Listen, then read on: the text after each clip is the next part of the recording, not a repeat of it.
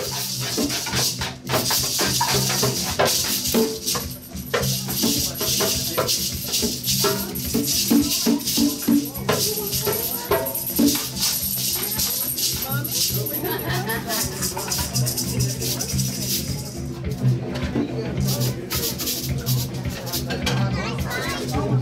you got? Anybody?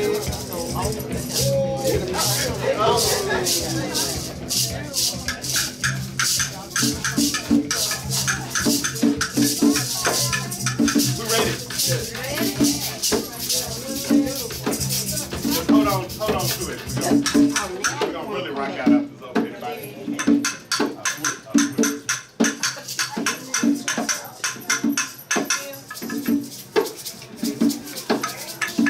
Anybody just want to come play the coach drum kit? Anybody? Well done, everybody. Welcome, welcome, welcome. Want to say Happy New Year to everybody. My name is Tim Anthony. For those who know me, I'm born and raised in here in Little Rock, Arkansas. I'm a native, and I love it. It's my honor, my pleasure to have you all here today. It's a small place, so I do appreciate everybody helping, us to accommodate you the best we can, and we can make more seating, and then we also help you.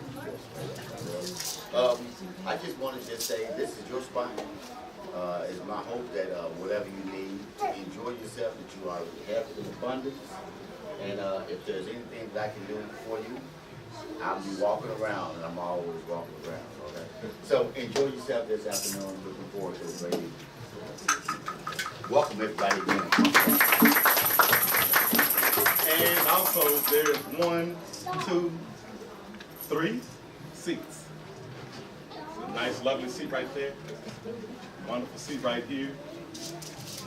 Little space next to the brother. There's another piano. See, I think the good thing about when it's a small, intimate place like this, you're forced to meet somebody that you haven't had a chance to meet there. So you might be forced to say hello to somebody, so you can even turn to your right, turn to your left, say what's up, and that's how you get started. And it won't be so anybody else? small. Come on in. So some of you have been with us for the previous 6 days, so you know how this goes. Just know that your answer is Imani, if perhaps you forgot. So for the entire family, Habari Gani. Imani. Say it like you mean it. Habari Gani. Imani. Habari Gani. Imani. Well,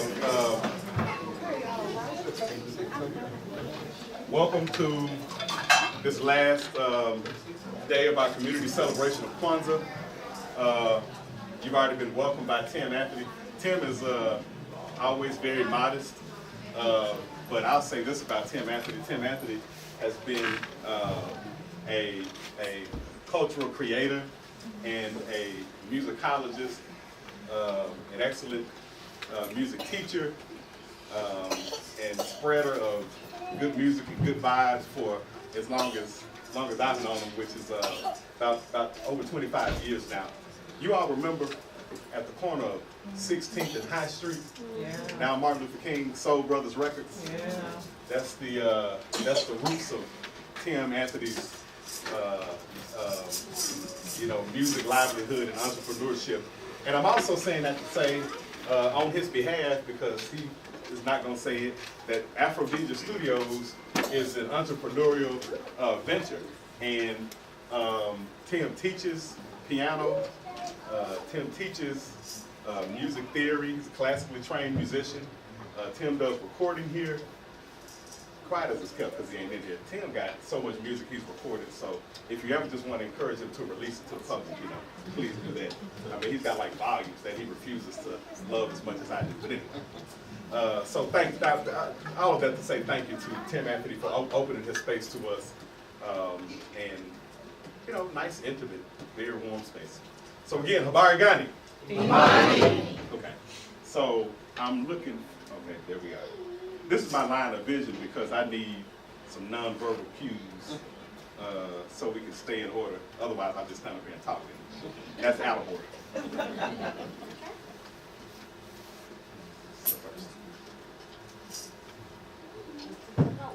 Today is the 7th day of Kwanzaa. wherein we celebrate the principle of Imani in particular, but in general, we celebrate the entire celebration of Kwanzaa. And so, are there any first-time Kwanzaa celebrants here today?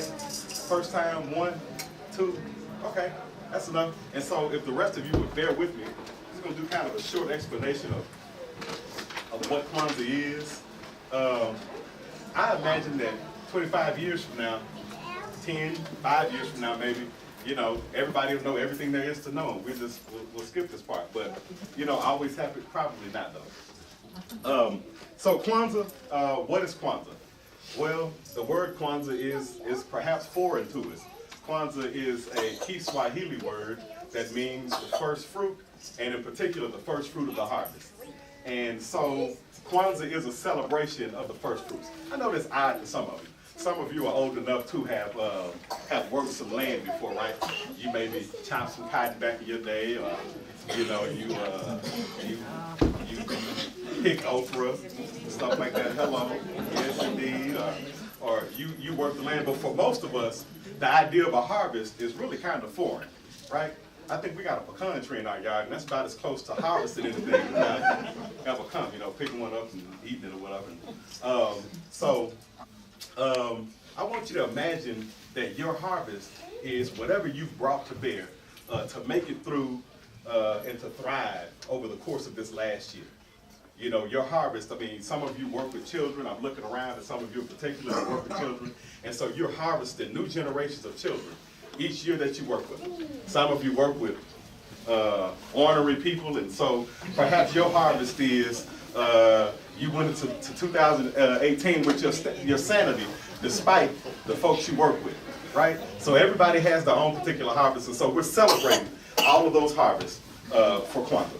Kwanzaa was created in 1966. I kept saying 1965 for some reason, but 1966. You know, 1966 was a pivotal year in American history. 1 year after Malcolm X was assassinated. It was the year that Martin Luther King decided to come out against the Vietnam War and was considered a radical. Everybody hated him. People didn't start loving Martin Luther King again until April 5th, 1968, the day after he was assassinated. They hated him from about 65 up to that point. 66, October of that year, a law school dropout, Huey Newton, and a former Army soldier, Bobby Seale, founded the Black Panther Party for Self-Defense in Oakland, California. In 1966, the Black Liberation Army, an offshoot of another radical group, went underground. 1966 was a turbulent year. And so within the context of that, Imani MyLife and other people decided that they wanted to create a holiday that was anti-commercialization, because Christmas had, of course, and still is in so many ways, commercialized, and one that emphasized cultural values that were particular to black people. And so Imani MyLife said, and Malefi Asante said in his book Afrocentrism, that, you know, black people, black children in particular, need rituals. We need rituals. We need something that kind of holds us together and something that we can repeat regularly so that it becomes a part of who we are. And so it was out of that Kwanzaa was created. Let me step this way and say this. Had a nice conversation with somebody who I still consider a friend, who was very anti-Kwanzaa. And her argument is that, oh my God, Kwanzaa is a made-up holiday. So just to help everybody out, or anybody who thinks that, every holiday in existence was made up. You know, there were no holidays that dropped down out of the sky and existed by themselves, right? So Kwanzaa is in a long line of holidays that were made up. But it's made up for our benefit, so why not celebrate it in the best way we know how? So Kwanzaa has, just like every holiday, its own set of symbols, right? If you see, beginning at some point after Thanksgiving, hopefully after Thanksgiving, you know, lighted trees in people's houses, you know what that's about. You don't say, why is there a lighted pine tree in your house? You kind of know what that is. You know, around a certain point of year, you start seeing pastel colored eggs and rabbits. And unless you were, you know, born on another planet, you kind of know what that is. And so on and so forth. So Kwanzaa has its own set of symbols. The first symbol we have, And most important in the chronology of this explanation is this straw mat that you see here.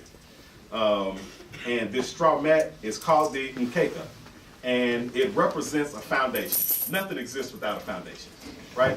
Hear folks say all the time, you know, we built our house from the ground up, as if there was any other way to do it. You can't build it from the sky down, right? And so everything begins with the foundation. Isn't that important for us to have a foundation for our children?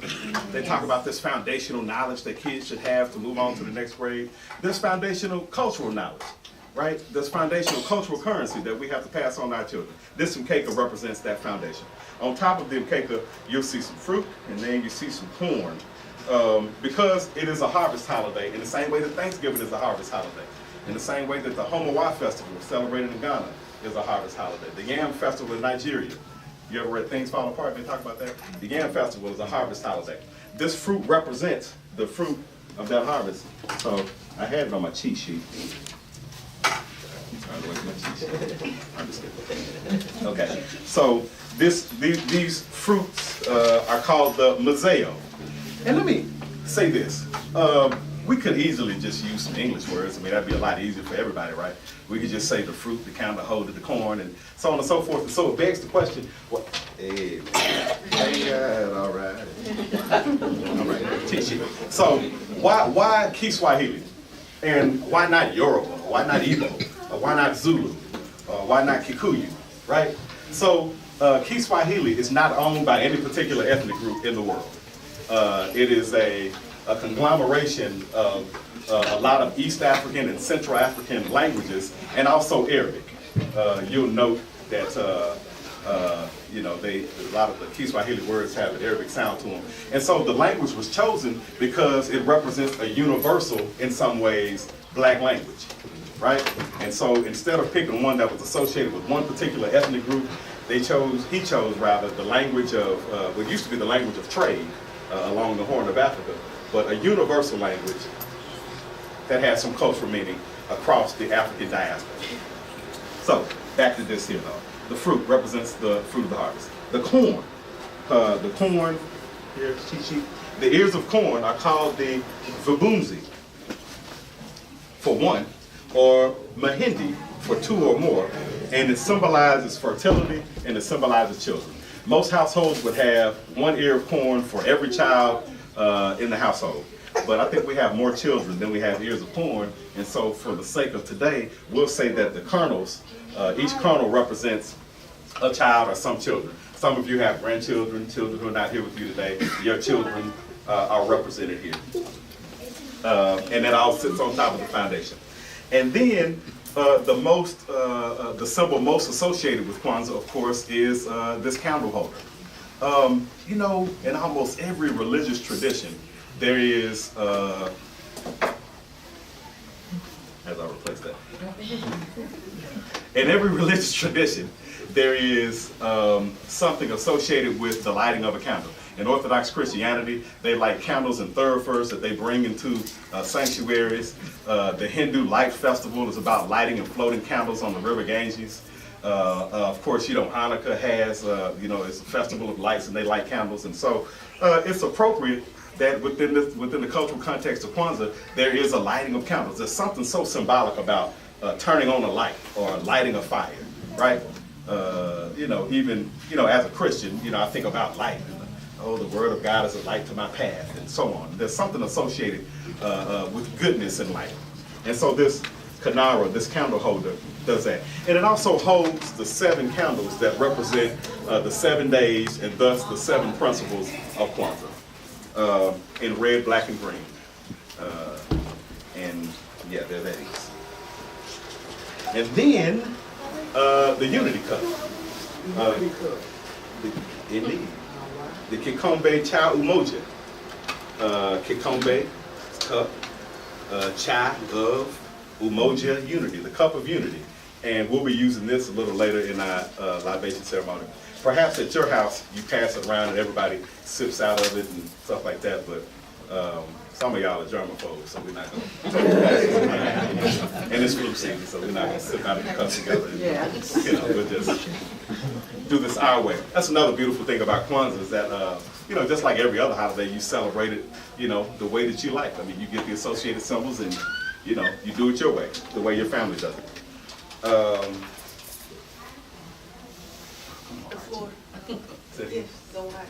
Exactly. I was just getting ready to say. And then the gifts. So, you know, again, Kwanzaa was created out of a need for a non-commercialized, culturally connected holiday, but it's still one associated with gift giving. And so gifts are called zawadi. And, you know, what usually is given is stuff like, you know, things that you make yourself, food in particular if you want to give me some food. And then, of course, books, culturally relevant books for children. I bought some, what is that stuff called? It's activated charcoal soap from somebody and gave that out for Kwanzaa. I have no idea. Somebody please explain that to me after this. I'm not sure how that works, but I bought some. So there that is, but you know, stuff like that. And these are the symbols of Kwanzaa. As we move on to the next thing, which of course is permission from one of our elders. So everybody, does anybody have any questions? Suggestions? Concerns? Hopes and dreams? Keep those though, keep yours. We'll talk about that in a minute. So we move on into the ceremonial part, move on to our celebration. All explanations haven't been made, and we want to ask one of our elders to give us permission to start. Thank you, a willing elder. You know how it's like pulling teeth sometimes for folks to admit that they're an elder. And we know that that's symptomatic of the fact that in Western society, we're so used to throwing away our old people. Everything in the beauty aisle is geared toward looking younger than you actually are, right? We don't have a respect for, we don't have a reverence for aging. But like I told, and I work with college kids, and so they think I'm old. And you know, I told them the only solution to getting old is to die. And so, you know, I see years on folks that I can't help but celebrate. So thank you for a willing elder giving us permission to begin our Kwanzaa ceremony celebration. Which brings us to the next thing, which is the libation ceremony. I'm not the least bit ashamed. All they know instructions, I'm headed for self-destruction. Yes. And we're going to have our elder. Can you tell us your name? You know you work with the children at Franklin. I serve you. Is that good? I think so. The children in that. I'm not kind of side conversation. Just going to read our libation statement. Now, I don't know about the word at the top. I can't pronounce that. So I just, the libation. Oh, okay. Our fathers and mothers came here, lived, loved, struggled, and built here. At this place, their love and labor rose like the sun and gave strength and meaning to the day. For them then who gave so much, we give in return. On this same soil, we will sow our seeds and liberation at a higher level of human life. May our eyes be the eagle, our strength be the elephant, and the boldness of our life be like a lion. And may we remember and honor our ancestors and the legacy they left for us. They left for as long as the sun shines and the waters flow. And if you all will stand, and what I want you to do, as I pour this libation, I want you to bring to mind and then say out loud the names of folks who you want to lift up. They can be living, they can be gone on among that great cloud of witnesses. But if you will say their names, they can be famous, or they can be not famous, which I guess is the opposite of famous. So just say their names. You know, like I'm going to say my grandmother's name, my grandfather's name, and then I'm also going to say Ida B. Wells and some other folks. So say as many as you like. I'm going to pour the water very slowly so you can say about 10 or 15 people if you need. Okay? And we pour this libation for them and we lift them up. Out loud.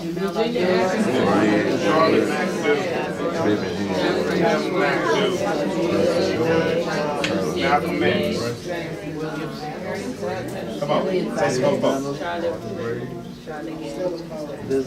Y'all follow mine now, say some more. Hey, say the same folks' names again. Say them twice.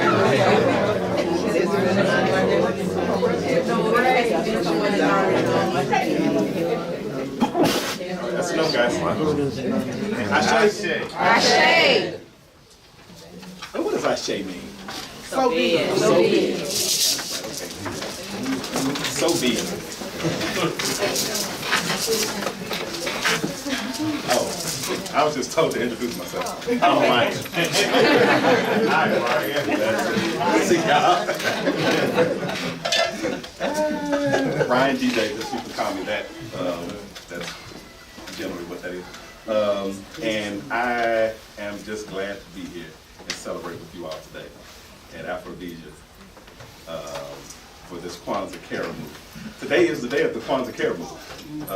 Kwanzaa feast, Kwanzaa celebration. Care Move means feast. It means feast, yes indeed.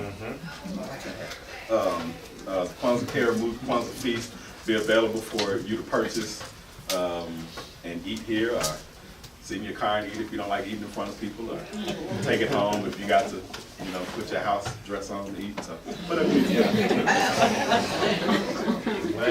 It's your world. Happy home. And Yes. oh wow, yes, I am indeed the speakers. I think I've spoken enough though, but I'll say a few things.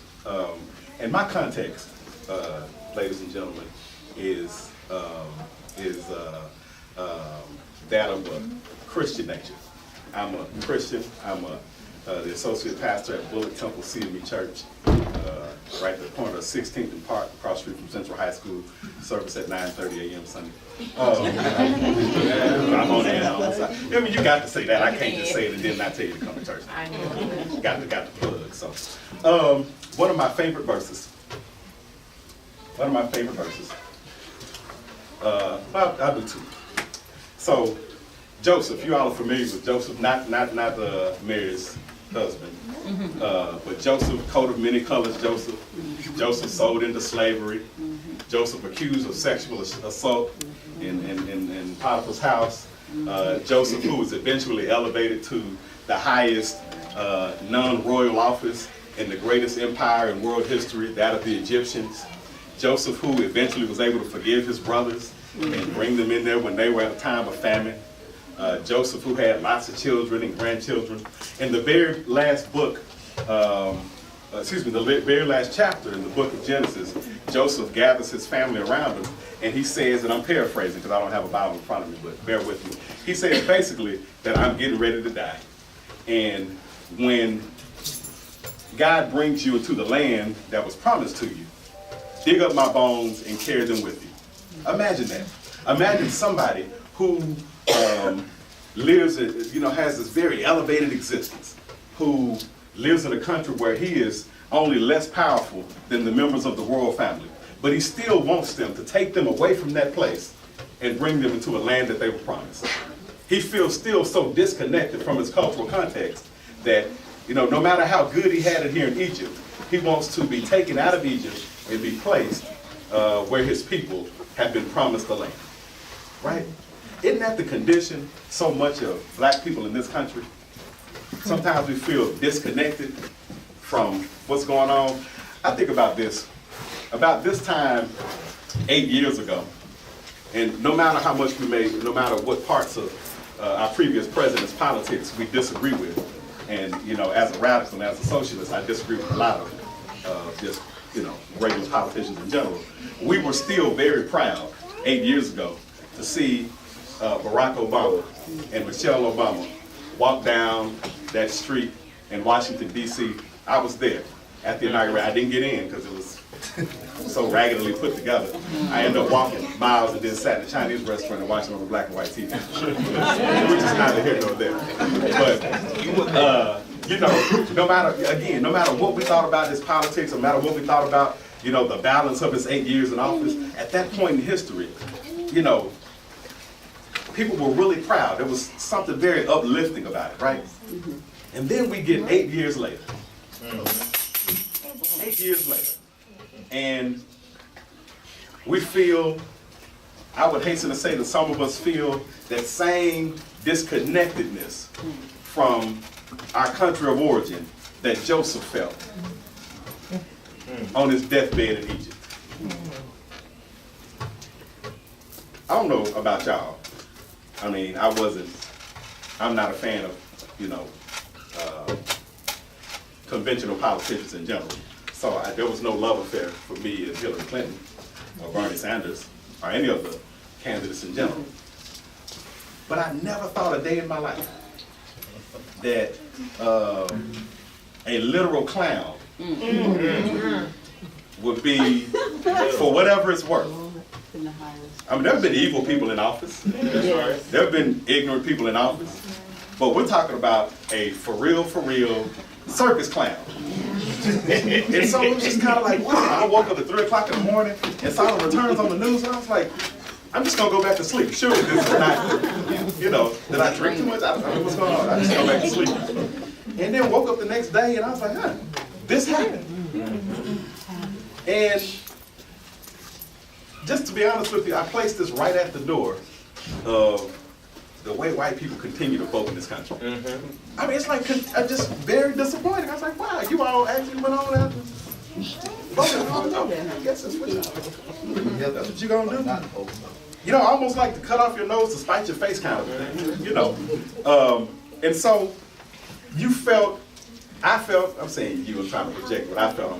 Maybe you felt this, but this visceral disconnection. You think about where your ancestors were, that Mahalia Jackson song, I look back and wonder at how I got over. You think about from whence they came, right? You think about, my grandfather who there was no high school in Crittenden County, Arkansas, and he had to go to Tennessee to the Woodstock School and go to school, and then eventually the Piney Woods in Mississippi. And then I think about his father before him who didn't have access to a high school education at all and ended up having to get it through correspondence. And then I think about what I know of his mother before that who didn't have a formal education at all.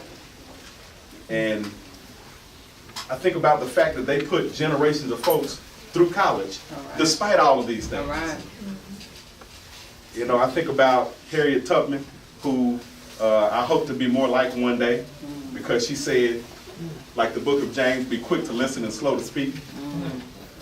A woman who could pass out at a moment's notice, but she still carried a pistol and a shotgun and a potato so she could silence the pistol.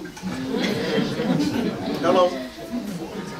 A primitive silencer. I didn't even know that about it. And a woman who could have still been a hero had she ran north and just stayed there. And we were still like, oh wow, what a heroic thing she did for herself.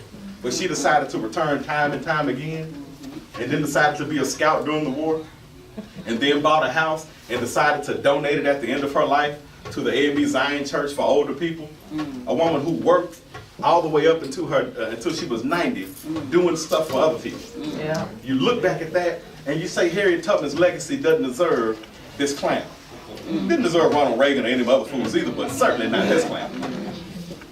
You look at somebody like Ella Baker, who came out of North Carolina, who decided that she wasn't going to get married, she wasn't going to be under the thumb of any husband, and was hated and called a lesbian for that just because she didn't want to get married and have no children, who worked with a misogynist in the SNCC who didn't respect her as a woman. When she was the executive director of the SCLC, she didn't even have a telephone. She would take all of her calls in a phone booth 2 blocks down the street. Hello? And then in 1961 pulled 100+ students together to form the Student Nonviolent Coordinating Committee because she believed in people power. Or her good friend Fannie Lou Hamer, whose father, when she was young, bought cows and pigs, and only to have a jealous white man come over and poison all of them and burn down the barn because in his words, shit no nigga have more stuff than me. Who ended up being a counter on a farm in Mississippi, but who decided one day they signed the folks up to vote. I think I should probably vote too. Who famously said, I'm sick and tired of being sick and tired. Who who was beaten in Itabena, Mississippi, and eventually died from it in 1972, but who before she died started a catfish co-op for folks who worked on catfish farms, right? This is a woman who had an education that didn't go past the 6th grade. Or you think of Floyd Brown, a little bit closer to home. Floyd Brown, who came out of AM&N down there in Pine Bluff, and then decided he was gonna move to some land in Brinkley, and he was gonna start a school right there in Brinkley, and was given land that was at first used as a dump, but decided, despite all of that, I'm gonna do it anyway. And I could go on and on. I really want to pull one more person, but maybe I'll stop there. Not one. John Bush. Oh, come on now. Talk about John Bush, who came up out of slavery, and who we have living evidence of his ingenuity right at the corner of 9th and Broadway, who started the Mosaic Templars of America, one of the largest, well, at its time, the largest black fraternal organization and self-help organization in the history of the world, who had chapters spread all over the black diaspora, everywhere, who was the cornerstone of 9th Street, that sprawling black business district that was gradually destroyed by folks who didn't like a sprawling black business district. Plowed a freeway right through. That's right. So that students from Philander Smith College couldn't walk over on the grass into 9th Street and work in the drugstores or stop at the Chat and Chew.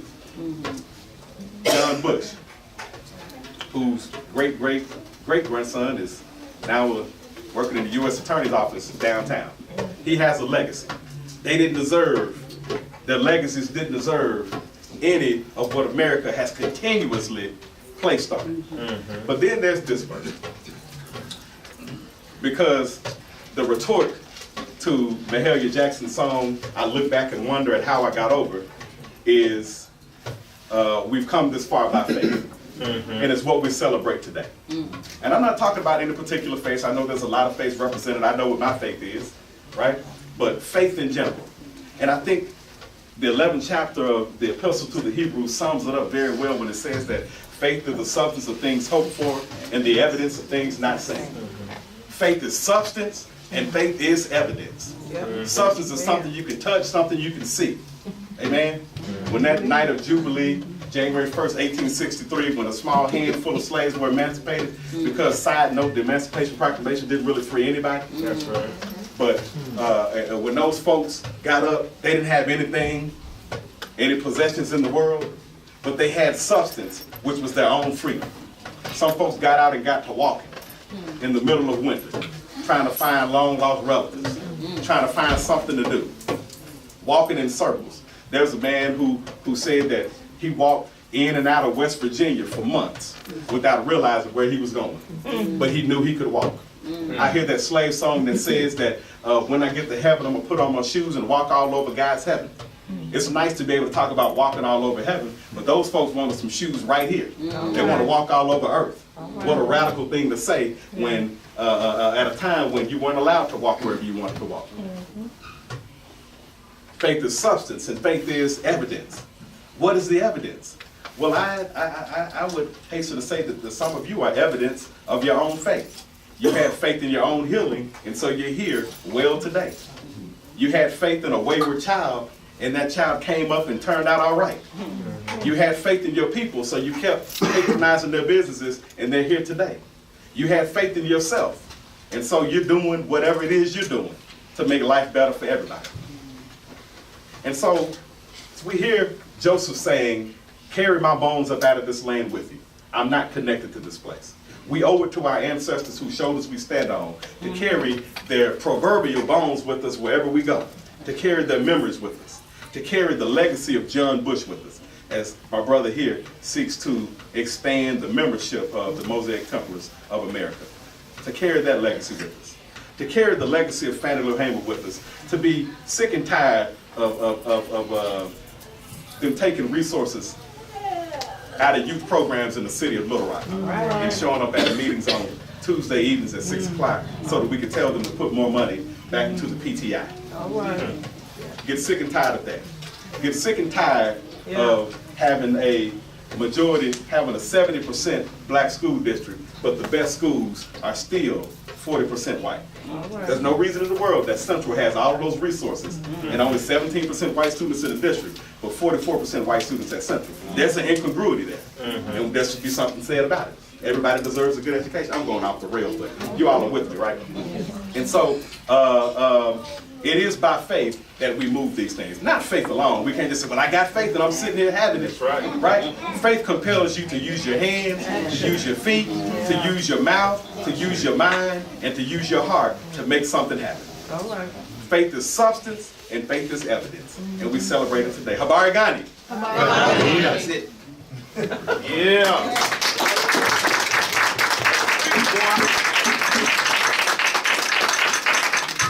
And now, as with every day, we have a cultural expression. We have some very talented people, musicians, poets, visual artists, those who deal with the technological artistry.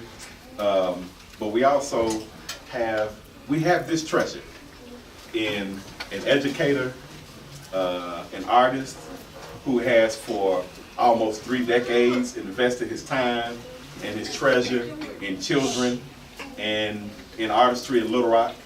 Somebody who could very easily have gone to one of these other places, could have gone to Atlanta, could have run off to New Orleans and been more well respected and more sought after. But someone who stuck it out and we're grateful for him, and we're grateful for, I'm gonna tell you this thing in particular.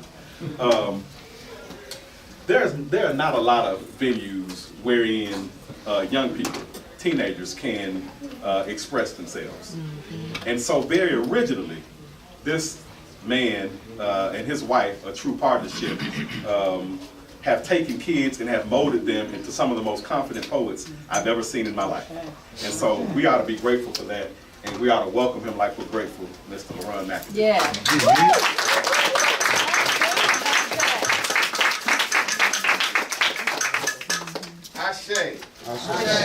All right, so I want to partner up here first with Ms. Davis and have 3 volunteers to stand and tell how they will use the principle of faith in Kwanzaa. This is all a partnership. So if 3 people will stand, or if you're already standing, identify yourself. I have 1. Who else will use faith and be faithful this coming year? I have 2. All right, I need 1 more. I have 2 men. All right. So we'll start with Mr. Wood. I volunteered. Oh, I saw your hand. Hey, look out! I'm an educator, man. So if I see a hand go up, Hey, I'm just gonna have faith that that we all as a people can come together as in unity to help build and strengthen our communities. I want to bring back the traditional family values and bring back the nuclear family that we used to have back in the day. So that's I'm having faith in, and we're doing that. By the way, My Life News Network. Since I'm talking, well, My Life News Network is what we're building. It's MyLifeNewsNetwork.com, and what My Life is Black life. And the only thing we want to do is focus on the positive aspects of Black life. So anything educational, anything uplifting, anything beneficial in our community, give us a call. We'll come out and showcase you and feature you and put the spotlight on you, because we want to push Black images, positive Black images in the media, because we don't have that anymore. let's applaud that right there. Media is a realm that we have to engage in because it shapes our perception. A lot of people don't even understand that the water in Flint is still the water in Flint. Many people don't understand what's happening overseas in the continent of Africa. Many people don't understand what may be going on right here in Arkansas because there's not a spotlight given to it by media. They are the gatekeepers of really what we can be conscious or unconscious about. So we have somebody who's pushing our consciousness and our positive consciousness, so those that are out there can see a dirty glass of water that's presented by the mainstream media right beside a clean glass of water and say, what am I going to drink? As the Honorable Elijah Muhammad said. So we have one right here. Yes. Hatep, my OBIBL Lagoye. Faith will be practiced for my person throughout this year in a couple of ways. The first way is in partnership with MyLife News Network, Indigenous Roots Underground Network, in proposing image of our youth and or not so positively accepted factions of our neighborhood. You know, Malcolm before he was switched, and you know, others like him, to bring that image and show the artistry that's within them, and also particularly to have faith and confidence that our spirit, our essence, our history, our chronicle of our everything that our ancestors did and that the elders have been holding on to, and that I hope to actually expand, that we'll be able to actually push that forward and manifest who we are as well and as better than who we were, so that who we will be will actually be who we are. So that's the faith, regardless of whether we see it. You see some sagging pants, that's fine. Guess what? They ain't shooting nobody. You see a hat turned to the back, that's fine. He might end up teaching your children. Let's just keep in mind and not have the eye of our oppressor when we look at ourselves. And that's the faith that I have. Wow.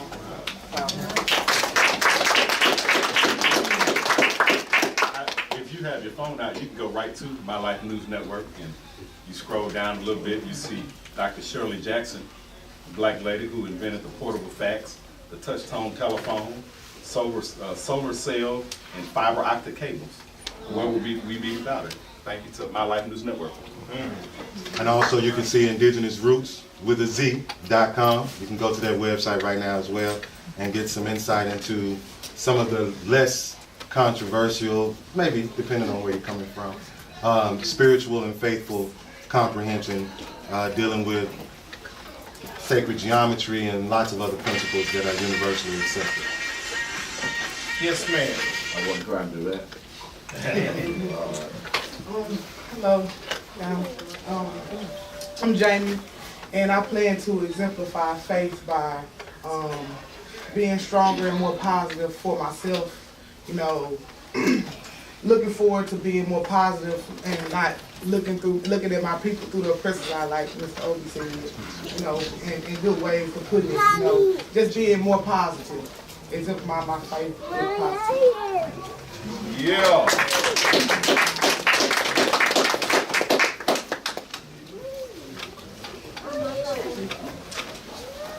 All right, now for some creative expression. If you're ready, say yeah. Yeah. Say oh yeah. Oh yeah.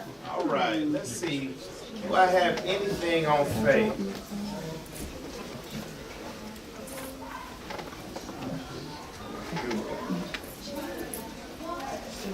The complete and ultimate trust is something that has no proof. They call that faith.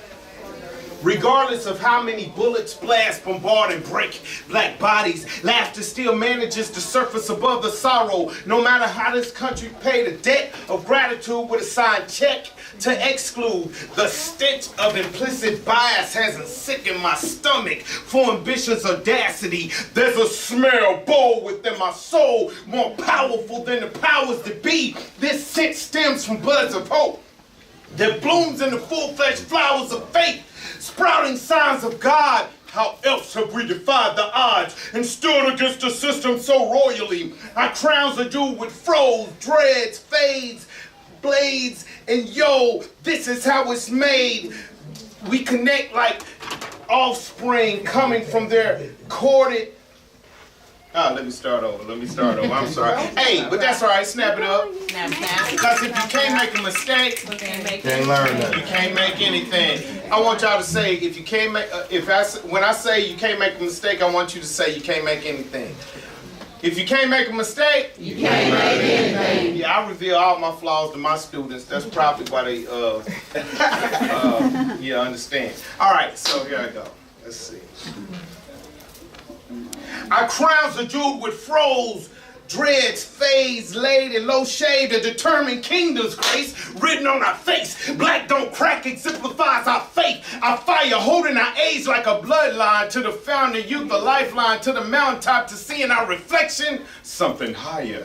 To hearing jazz, blues, gospel, and hip hop, a communication of consciousness, melody and rhyme coded with resilience. This is a language of brilliance, reaching for revival, the straightened backs like the spine of the Bible. Black folk pray, pressing palms to leave no space for doubt, to count on what can't be counted out, to know no lawyer is needed to put you in God's will, to know God's hand on the wheel, enough to keep you driven down this inheritance of belief while steering this legacy of expectation, gassed up on a trait of anticipation, passed on through another generation's umbilical corded highway, paving roads to amazing, beautiful black babies born with a blessed assurance that links us like chains that shield instead of shackle, like puzzles that don't force but fit our piece, linked like Legos stacked in our favor, connected by kin or skin and the conviction of family. Now let me be clearer. Be strong, my brother. Keep your head up, sister. Be sheltered with faith, covered with faith, fitted with faith, armored with faith, to weaponize this contact I feel. The soldier forward on the battlefield, it's real. Waging war against thoughts to question what is possible. Refute the incredible, mistake the achievable, argue the inevitable, challenge the believable. Debate what has weight, confuse this relentless attitude of merit that made many great. This might that ignites my soul simply states that I am mustard seed certain.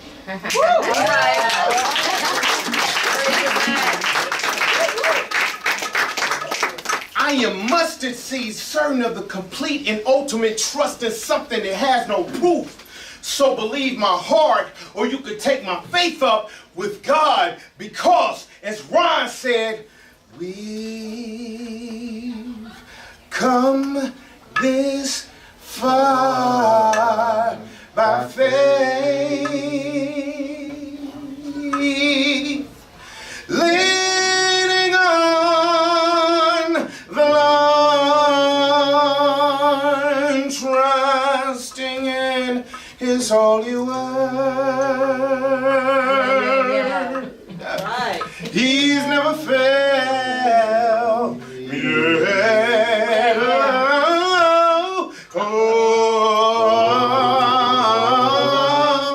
We can't turn around. We've come this far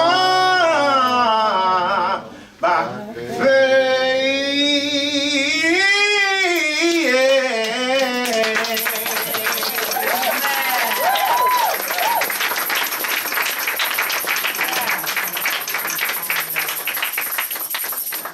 One more time.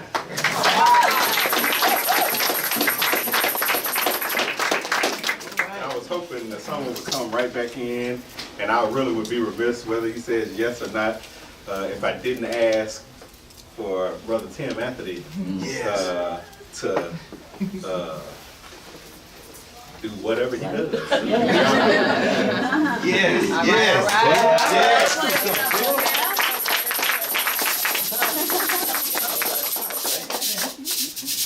I was a pleasure. Something familiar, and y'all can help me out right there. We'll put your hand together like this, right? No woman cry. No woman no cry. Y'all can help out if you know the word, right? No woman no cry. Come on, yeah. No woman no cry. Say, I remember when we used to say, Yeah. in the government church in Twin Town.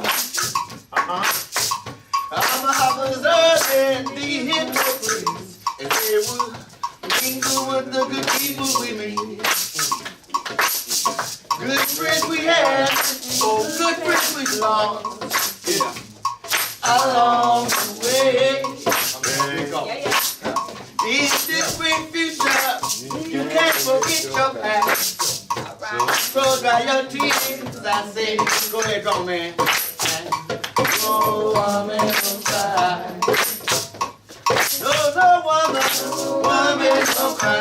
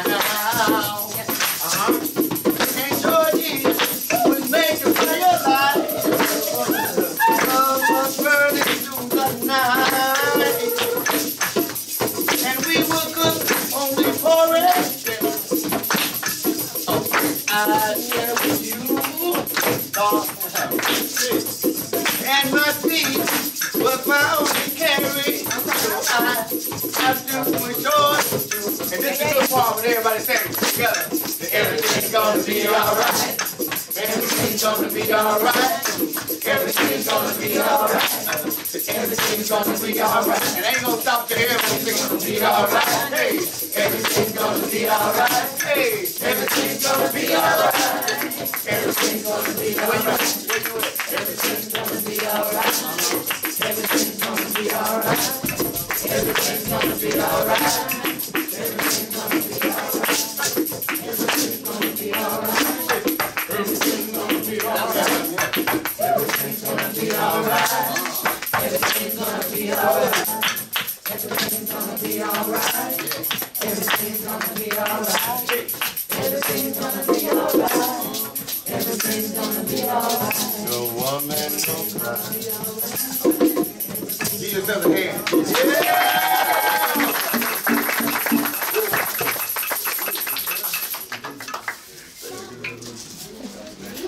Look at that. That's yeah. Right there. Y'all said everything's gonna be all right. You look like you believe it. Right. Hey. All right now.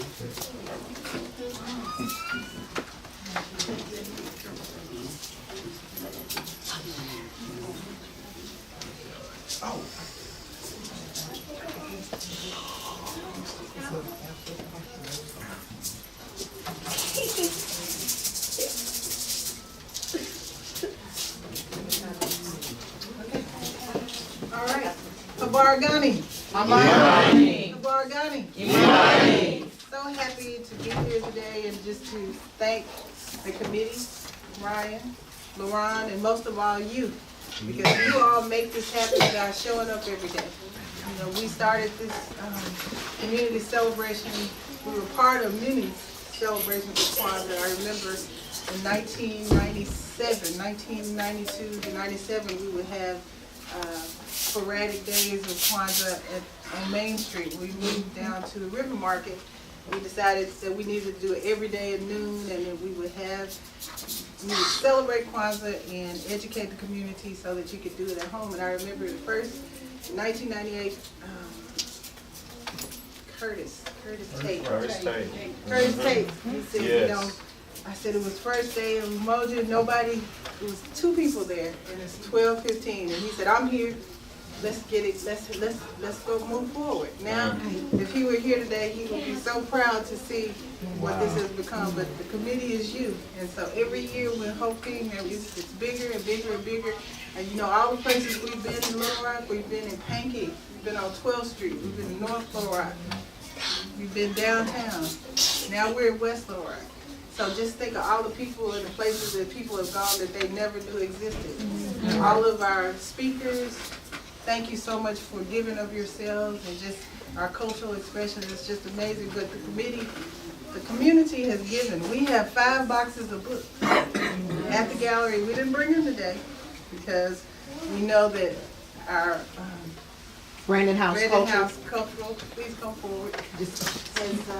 Has to go back home, and she wasn't going back to the center. So we were going to deliver them to you on Tuesday, but we wanted you to share and what you do and what you're going to do with these books. And it's so amazing that you all have shared. So give yourselves a hand. Woo! Thank you so much. I'm Pam Bax, and I'm the Executive Director of Brandon House Cultural and Performing Arts Center. And my counterpart, my husband, is the creator of Brandon House Cultural and Performing Arts Center, Paul Bax. Thank you. Our mission is to expose youth to the arts. All right. We know that 70% of our students here in Little Rock are reading below grade level. And so we expose children to 5 different areas of the art: media, digital, performing, visual, and literary arts. This year we are focusing on literary arts, and we are so appreciative of the books that will be receiving. This past summer, 22 of our students, grade kindergarten through 6th grade, published their own books. We have a program called, yes, and we want to celebrate those youth. They came into, let's celebrate. They came into our program below grade level reading. They were really not wanting to go to our literary program because the dance, we had bucket band going, dance, but we knew it was important for them to increase their grade level reading. So one of the things that we focused on, we developed a program called Write It Right. I said this a couple of days ago in our Write It Right program. We're telling students, if you're going to write it the right way. The LOL and all of those other acronyms, they have its place. But we're training our kids to be first-time publishers and to write things the right way so that when they get age enough to go on an interview, they would know how to write. And so we're so grateful for the books that they're going to be receiving because we're starting again with our Write It Right program for them to begin. Our kids after school will be writing again. We're on 3802 West 12th Street. We're doing after school from 3 to 6 and we're opening enrollment now. I have some cards with me. Students 6 to 11 years old. We're looking to put them in our after-school program. Thank you so much.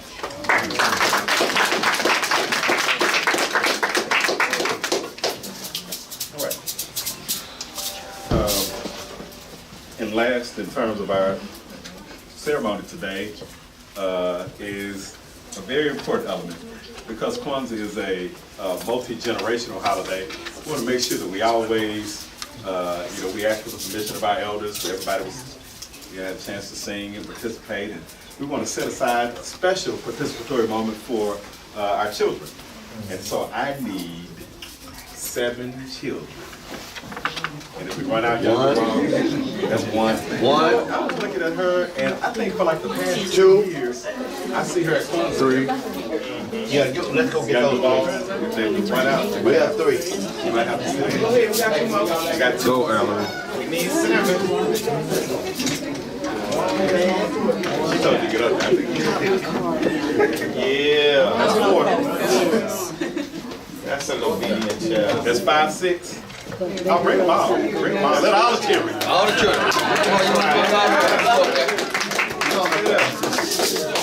There you go, all the come on up there.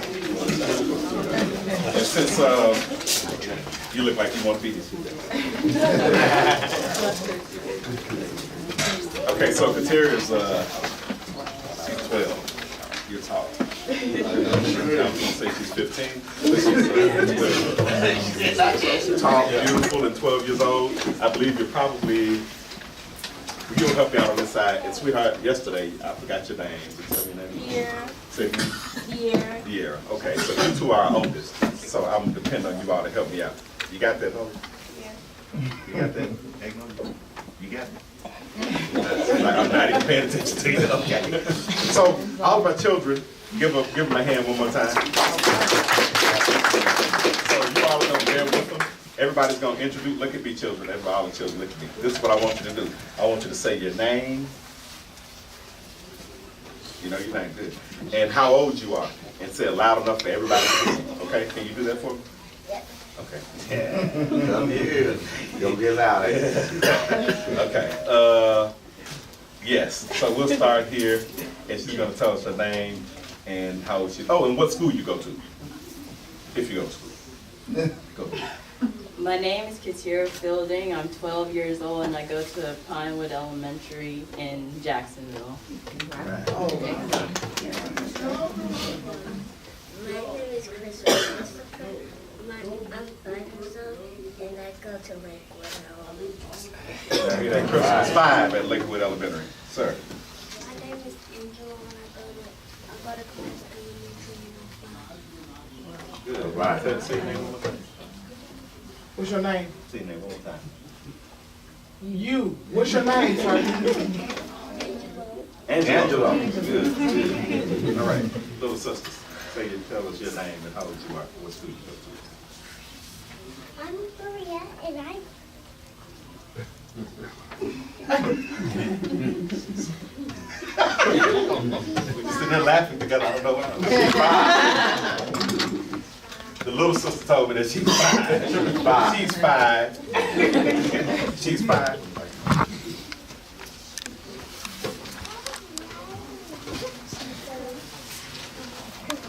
She goes to homeschool. Oh, homeschool. All right, for the homeschool. All right.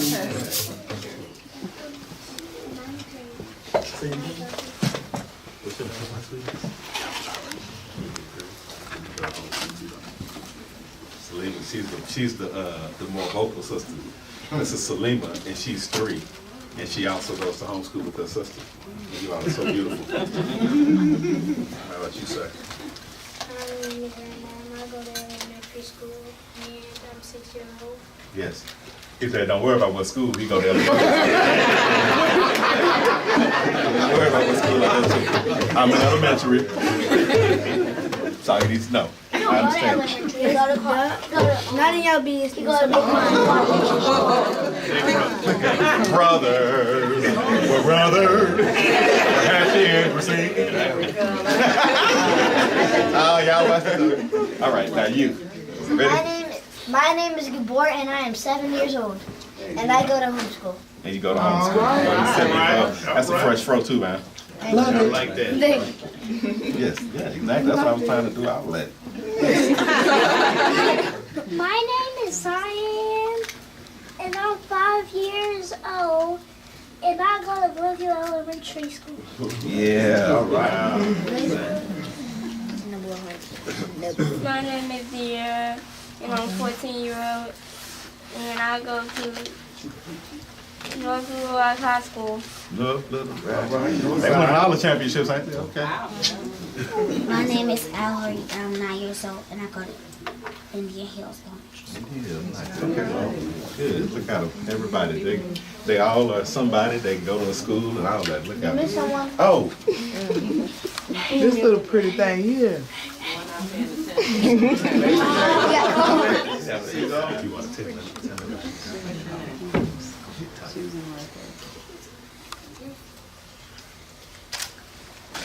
She's not an old guy. Agnolia. Her name is Agnolia. She's and 4. She's 4. She's homeschooled. And she's homeschooled. And she's beautiful just like all the rest of us.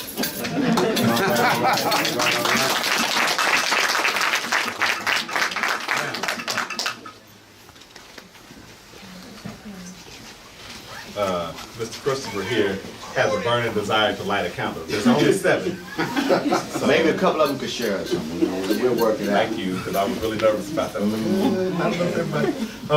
So we're going to light the candles, and we're going to talk. I'm kind of briefly describe who wants to be my reader. Who will be my reader? You like the first candle, and then with these. Trying to break them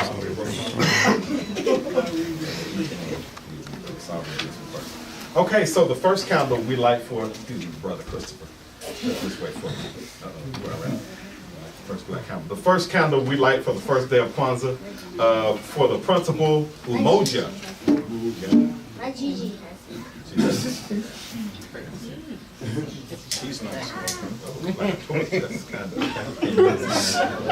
Okay, step back.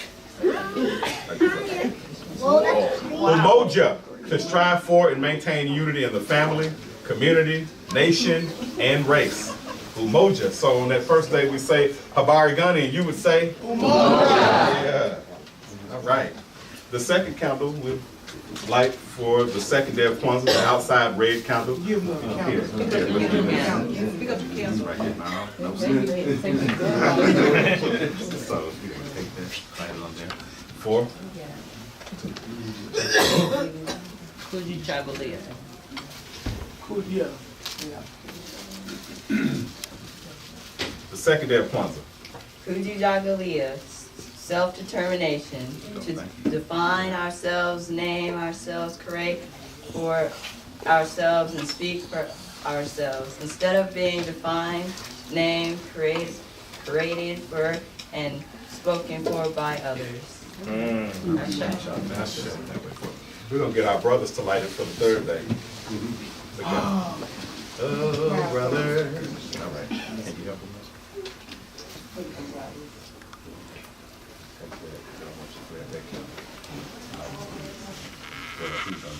You don't want to do it?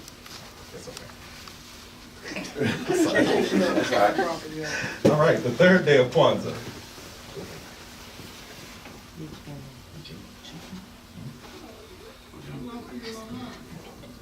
Ujima. He's just gonna direct. That's enough.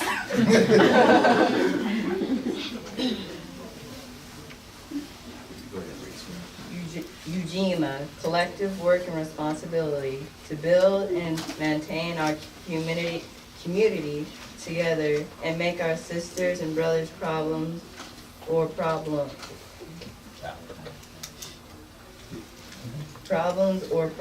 and to solve them together. Right on. All right, yes. All right, sisters. All right. For the, I had to count the flames. The fourth day of Kwanzaa. Like the next red candle. Can you get it to go? All right. Go ahead. Well, this way. Go ahead and read that. For the fourth day of Kwanzaa. Ujima. Ujama. That's good, baby.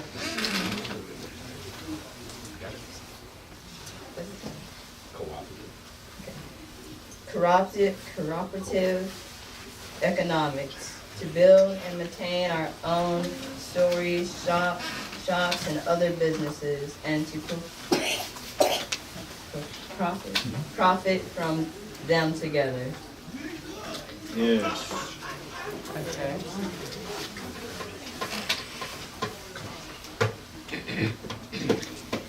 And for the fifth day of Kwanzaa,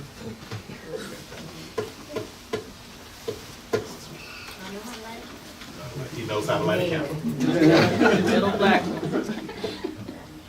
Nia, purpose, to make our collective vocation, the building and developing our community in order to restore our people and their traditional greatness. Crap! Uh-oh. You got it. You got it. Oh my god. No.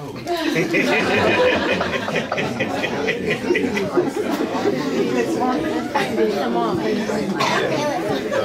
So remind me who this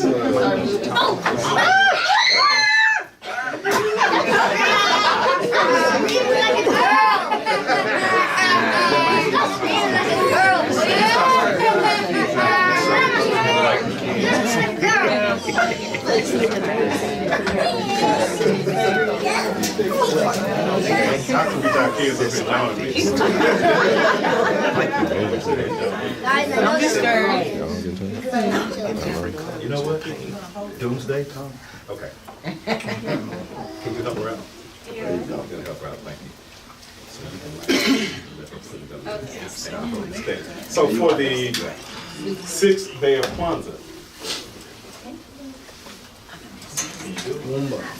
Lumba, creativity, to do always as much as we can, in the way we can, in order to leave our community more beautiful and beneficial than we inherited it. And then, come on. Or just dance, that's right. Yeah. Love it. Pay attention to those lights in that. And for the last day of Kwanzaa, today, we celebrate and we lift up the principal, Imani.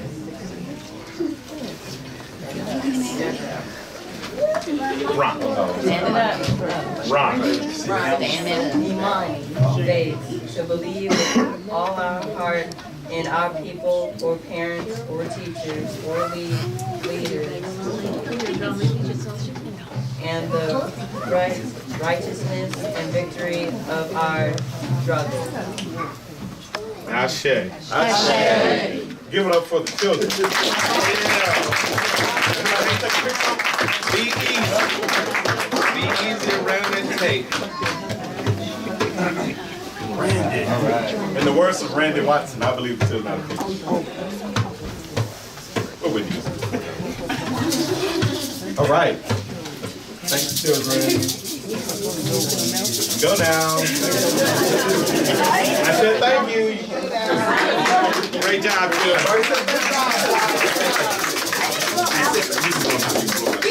No. I got it.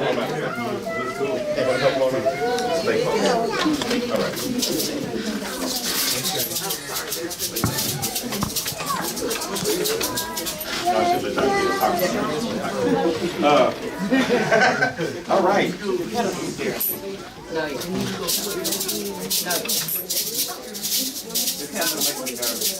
The green one. Have faith, Imani. Oh, yeah. A few Harambe's from now. We're gonna blow them all out.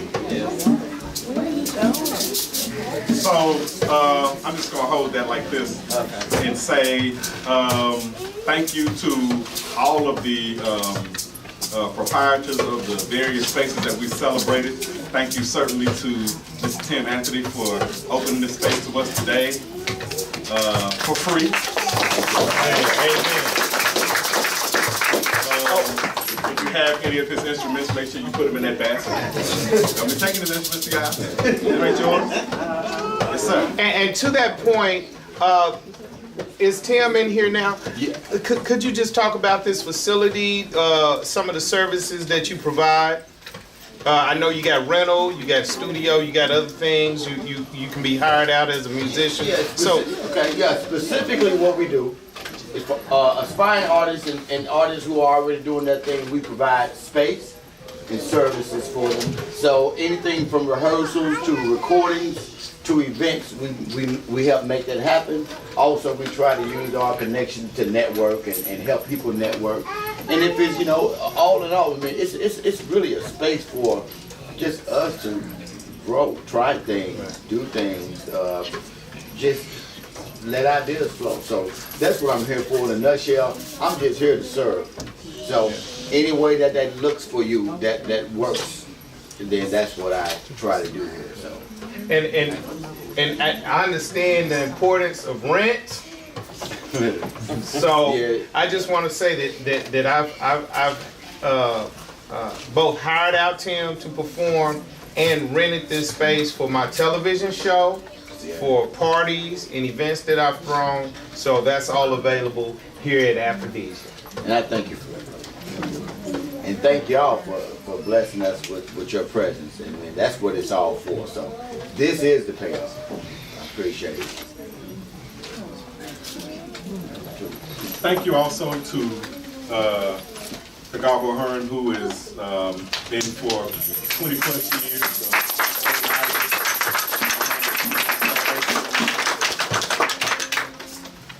And I'm sorry, I was trying to make sure I got the name correctly. So also, just as a note, we have the House of Mental, Sister Elnora, cooking vegan soul food. You can smell it on the menu. Cauliflower chicken wings, they buy. Barbecue nam bone. Nam bone. Nam bone. I'll let you boy. They buy. Black eyed peas. All right. If you like me, you gotta eat black eyed peas on New Year's. That's right. That's what get you some. And then Oshun inspired yams. And if you're like, what is that? You should get a plate. You'll be able to find out. So that'll be available for you. And thank you to Brother Jimmy Robinson, our drummer, who again has over several years performed for and provided a rhythm for our celebration. Thank you. There's also iced tea out there. Miss George's iced tea. It is, as I said about the others, fine. And last but not least, we don't leave our Kwanzaa celebration without committing to pulling together around these principles, right?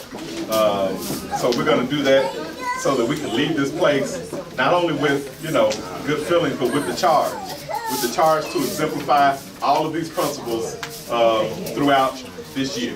We got 364 more days. So, I guess until the next month's celebration, more like 300. 58. So, yeah. And I just want to say that there are a lot of folks who I only see during the Kwanzaa celebration time. And I like that. I like that kind of continuity. It's almost, kind of like a family reunion. And so glad to be among you and glad to be with the family one more year. So everybody stand up.